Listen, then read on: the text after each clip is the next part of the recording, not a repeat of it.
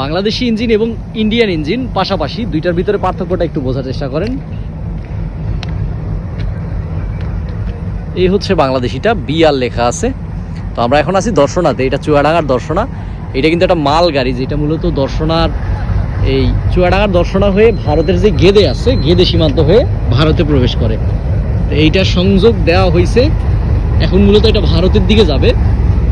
এই হচ্ছে দর্শনা স্টেশন, এবং এই দিকে সামনে অল্প একটু গেলেই আপনি গেদে স্টেশনটা পাবেন। এইটা মূলত এখন যাবে কলকাতার উদ্দেশ্যে। এই হচ্ছে ইন্ডিয়ান ট্রেন।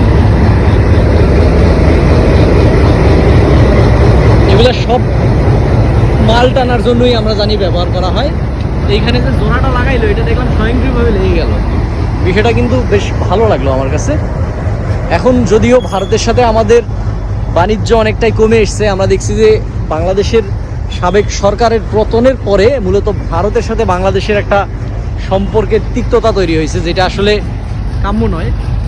আমরা আশা করি যে ভারতের সাথে বাংলাদেশের একটা সুসম্পর্ক আবার তৈরি হবে, এবং ভারতের সাথে একটা ভালো বাণিজ্যিক সম্পর্ক আমাদের তৈরি হবে।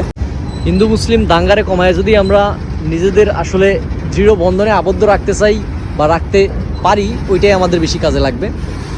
ট্রেনের কিন্তু এখানে অনেকগুলা বগি, আপনি বুঝতে পারছেন। যদি এগুলো খালি হয়ে গেছে, এগুলো মাল নিয়ে আসছিল, আমি জানি না কি মাল নিয়ে আসছে। এগুলো মূলত এখন যাবে। এখান থেকে বেশ ভালো পরিমাণ দূরত্বে আমরা দেখতে পারতেছি। চেক করার পারপাসে মূলত ট্রেনটারে তখন দাঁড়া করায় রাখছিল, এখন আবার এটারে চালু করছে। তো এখন এটা ভারতের উদ্দেশ্যে যাত্রা শুরু করছে। আমি দেখলাম এক ভারতের ভদ্রলোক, উনি রেলেরই একজন কর্মকর্তা, উনি প্রত্যেকটা বগির কাছে আসতেছিল এবং এই বগিগুলারে মূলত চেক করতেছিল। আমি জানি না উনি কি লিখতেছিল, খাতার ভিতরে নোট করতেছিল, ওনাদের বিষয় আছে যে সব ঠিকঠাক আছে কিনা। শেষ মুহূর্তে আমি ভাবছি উনি বাংলাদেশি, তো আমি ওনার প্রশ্ন করলাম যে ভাই, আপনি এখানে চেক করতেছেন, ওই পাশে যেয়ে কি আবার চেক হবে কিনা? তো উনি বলতেছে ওই পাশে বলতে কোন পাশ? আমি বললাম যে ভারতের ওই পাশে। বলছে আমরাই ভারতীয়, আমরাই চেক করতেছি। অর্থাৎ আমার তাইলে মনে হইলো, আমি আর ওই প্রশ্নটা করি নাই যে তাইলে তার চেকের দরকার নাই। আমার মনে হইলো হয়তো বা আর চেক হবে না, এইটাই হচ্ছে সর্বশেষ চেক, এরপরে একবারে চলে যাবে ভারতের সীমান্তে। আর এখানে মূলত যে কাঁচামালগুলো এটাই আসছিল, সেটা সম্ভবত সিমেন্ট তৈরির কাঁচামাল। অনেক সময় পাথর আসে। আপনারা জানেন যে পদ্মা সেতু যে তৈরি হইলো, এই পদ্মা সেতু তৈরিতে যে পাথরগুলো লাগছে, তার একটা বড় অংশ এই গেদে দর্শনা হয়েই বাংলাদেশে ঢুকছে। তো বলতে পারি যে এই স্টেশনটা বা আমাদের এই সীমান্ত অঞ্চলটা একটা গুরুত্বপূর্ণ জায়গা। সামনের দিকে এখানে যদি লেনদেন বাড়ে, যদি আমরা ভালো সুযোগ সুবিধা পাই, তাহলে আমার মনে হয় বাংলাদেশ সরকারও এখান থেকে একটা ভালো পরিমাণে বাৎসরিক একটা টাকা, বা এটা আমরা বলতে পারি যে এখান থেকে একটা ভালো পরিমাণে ভ্যাট ট্যাক্স নিতে পারবে। রাজস্ব আমরা যদি বলি ভদ্র ভাষায়, তো রাজস্ব একটা ভালো পরিমাণে এখান থেকে একটা নেওয়ার সম্ভাবনা আছে।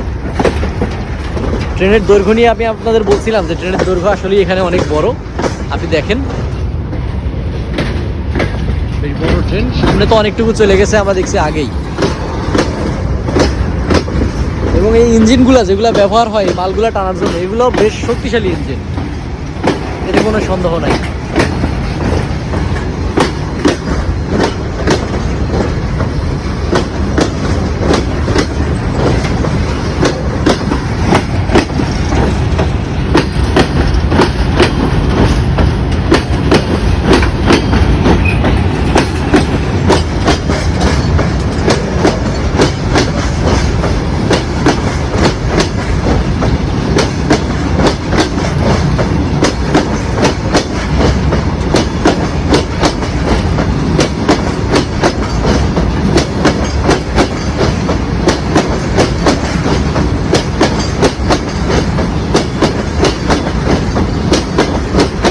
এই শব্দটা কিন্তু এখান থেকে হচ্ছে, এই জায়গাটায়।